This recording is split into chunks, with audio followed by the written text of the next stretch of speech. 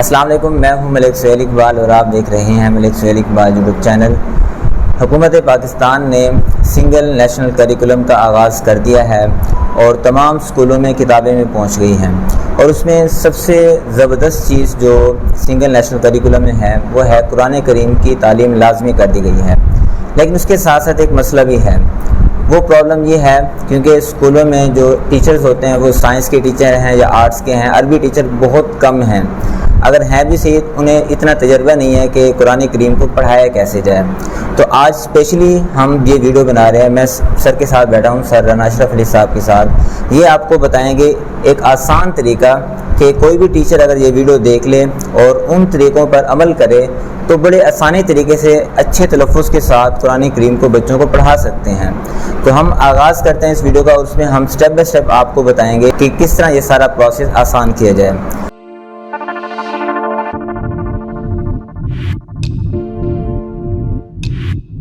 السلام علیکم سر۔ وعلیکم السلام۔ سر سب سے پہلے تو آپ کا بہت شکریہ، آپ نے ٹائم نکالا۔ اس سے جو ٹیچرز ہیں، خاص طور پر پرائیویٹ ٹیچرز، گورنمنٹ ٹیچر، ان کو بہت آسانی ہو جائے گی، بہت ہیلپ ہو جائے گی۔ تو سب سے پہلے تو میں سوال یہ کروں گا کہ قرآن کریم اگر بچوں کو پڑھایا جائے، اگر انہیں پتہ نہیں ہے کہ حروف ہجی کیا ہوتی ہیں، تلفظ نہیں ہے، تو آغاز کہاں سے کیا جائے؟ الحمدللہ رب العالمین، الصلاۃ والسلام علی رسول اللہ صلی اللہ علیہ وسلم۔ عزیزم، بات یہ ہے کہ قرآن پاک سکھانے کے لیے یقیناً سب سے پہلے حروف تہجی سکھانا ضروری ہے، اور حروف تہجی کے لیے بڑا ایک المیہ ہے ہمارے مدارس میں۔ مثلاً سارا دن قرآن پاک کی تدریس ہوتی ہے اور قاری صاحب بڑی محنت کرتے ہیں۔ میں ایک مثال آپ کو دوں گا کہ مثلاً 60 بچے ایک ٹیچر لے کے بیٹھا ہے اور ایک بچے کو وہ پڑھاتا ہے الف با تا سا، وہ بڑی محنت سے پڑھاتا ہے، 4-5 منٹ وہ پچھلا سبق بھی سنتا ہے، آگے بھی پڑھاتا ہے، 4-5 منٹ ایک بچے پہ لگاتا ہے۔ اس طرح 60 بچوں پہ وہ 5-5 منٹ بھی لگائے تو وہ 4-5 گھنٹے تک مسلسل پڑھاتا رہتا ہے ٹیچر۔ تو الگ الگ بچوں کو پڑھایا جاتا ہے، اس سے ایک بچہ صرف ایک لائن سبق لیتا ہے اور ٹیچر بھی 6 گھنٹے مصروف رہتا ہے اور خاطر خواہ نتیجہ نہیں ملتا۔ تو اس کا آسان اور بہترین طریقہ یہ ہے کہ حروف تہجی 1 2 3 4 5 6 جتنے بھی ہیں وہ رائٹنگ بورڈ پہ لکھ دیا جائے، رائٹنگ بورڈ پہ لکھ دیا جائے اور پوری کلاس کو وہ سکھایا جائے، ایک ایک بچے کو بلا کے سکھایا جائے۔ اور ایک حروف تہجی کے حوالے سے، کیونکہ قرآن پاک کے جو ماہرین ہیں وہ اختلاف کریں گے، میری رائے یہ ہے کیونکہ ہم اجمی لوگ ہیں، ایک طریقہ کار ہوتا ہے قرآن پاک کی تدریس کا معروف طریقہ، ایک ہوتا ہے مجہول طریقہ۔ معروف طریقہ یہ ہے کہ میں الف با تا سا پڑھاؤں، جبکہ وہی ٹیچر جب اردو پڑھاتا ہے تو وہ الف ب ت پڑھا رہا ہوتا ہے۔ ایسے ہے تو بچہ کنفیوز ہو جاتا ہے کہ یہ ایک ٹیچر اس کو با پڑھا گیا ہے، یہ بے پڑھا رہا ہے، ایک ٹیچر نے اسے تے پڑھایا ہے، یہ تا پڑھا رہا ہے۔ تو اس میں کوئی حرج نہیں ہے، بہتر یہ ہے کہ ڈائریکٹ جو ہم نے اردو میں الف ب ت پڑھایا ہے یہاں بھی الف ب ت پڑھایا ہے تاکہ بچوں کو آسانی ہو۔ ہاں، آسانی ہو۔ سب سے آسان طریقہ یہ ہے کہ رائٹنگ بورڈ پہ پوری کلاس کو، اگر وہ 40 منٹ کا 30 منٹ کا پیریڈ ہے، ایک ایک بچہ باری باری اس کو کہلوائے۔ اردو میں کیونکہ حروف تہجی بچہ سیکھ رہا ہوتا ہے، اگر مجہول طریقے سے حروف تہجی سکھا دی جائے، شناخت کرا دی جائے تو بچہ کنفیوز نہیں ہوگا اور اس کا آگے تعلیمی سلسلہ قرآن پاک پڑھنا اسے آسان ہو جائے گا۔ بالکل ٹھیک ہے آپ نے، وہ اگر حروف تہجی اس طرح پڑھا دیا تو آسان ہو جاتا ہے۔ اس کے بعد اگلا سٹیپ کیا ہوگا کہ حروف تہجی کے بچوں کی شناخت ہو گئی ہے، پھر قرآن پاک کیسے پڑھایا جائے انہیں؟ آغاز اگلا سٹیپ کیا ہوگا؟ اس کے بعد قرآن پاک کی تدریس کا جب حروف تہجی کی شناخت ہو جائے تو آسان ترین طریقہ یہ ہے، میں ایک مثال دیتا ہوں کہ الحمدللہ میں نے کوئی 8ویں جماعت میں قرآن پاک پڑھنا شروع کیا قاری صاحب پہ، اور کو تقریباً 45-46 دن کے اندر، صرف 45-46 دن کے اندر میں نے ناظرہ قرآن پاک پڑھ لیا، ماشاءاللہ، ناظرہ قرآن پاک پڑھ لیا۔ اس کی وجہ جو میں طریقہ بتا رہا ہوں، اگر اس پہ عمل کر لیا جائے، اس کا طریقہ کار یہ ہے کہ پوری کلاس کو ایک سپارہ دے دیں آپ، ایک سپارہ، اور پوری کلاس کو ایک لائن سبق دیں، 2 لائن سبق دیں پوری کلاس کو، اور اس سپارے میں مطلب جوڑ سے، مثلا الحمدللہ، الف زبر لام، یعنی الف زبر لام، لام کے اوپر جزم ہے، تو بچے کو بتائیں کہ الف اور لام کو جوڑنا ہے، الف زبر لام ال،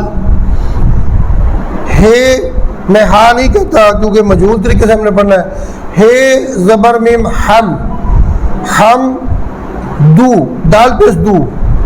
پھر للہ الف کے، جہاں عربی کے اندر قانون یہ ہے کہ جہاں جس حرف پر حرکات نہ ہو، زبر زیر پیش تنوین وغیرہ نہ ہو، وہ حرف نہیں پڑھا جاتا۔ تو للہ الحمدللہ، اگر میں لام زیر لام لل، لام کھڑی زبر لا، للہ الحمد للہ ہی، اگر میں یہ جوڑ سکھا دیتا ہوں بچے کو پوری کلاس کو، تو اسی طرح سے 1 آیت 2 آیت میں جوڑ بچوں کو سکھا دیتا ہوں، تو میرا ذاتی تجربہ یہ ہے کہ وہ بچہ جو اگر یہ جوڑ توڑ سیکھ جائے، کہاں شد ہے تو ڈبل ایک حرف کو 2 دفعہ پڑھنا ہے، الف کھڑی ہے تو 3 الف کے برابر کھینچنا ہے، مد ہے تو 4 الف کے برابر کھینچنا ہے، اور جزم ہے تو ما قبل سے جوڑنا ہے، اور یہ حرکات اور جوڑ توڑ سے سکھا دیا جائے، تو میرے خیال میں یہ ہے کہ 2-4 رکوع پڑھنے کے بعد بچہ خود قرآن پڑھنے کی پوزیشن میں آ جاتا ہے، اور یہ میرا ذاتی تجربہ ہے۔ بالکل ٹھیک ہے، بے شک اردو ہو، انگلش ہو، کوئی بھی سبجیکٹ ہو، تو اسی طرح ہم آغاز کرتے ہیں، کوئی بھی لینگویج پڑھائی جاتی ہے تو پہلے جوڑ توڑ سے ہی پڑھایا جاتا ہے۔ جوڑ توڑ کے بعد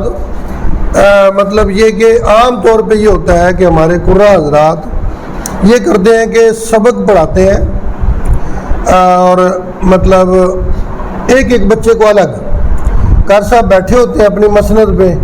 اور 1 بائی 1 یہ کمزور بچہ ہے، یہ ہوشیار بچہ ہے، ایسا نہیں ہونا چاہیے، کسی صورت نہیں ہونا چاہیے۔ گروپ کی شکل میں بچے کو پڑھایا جائے،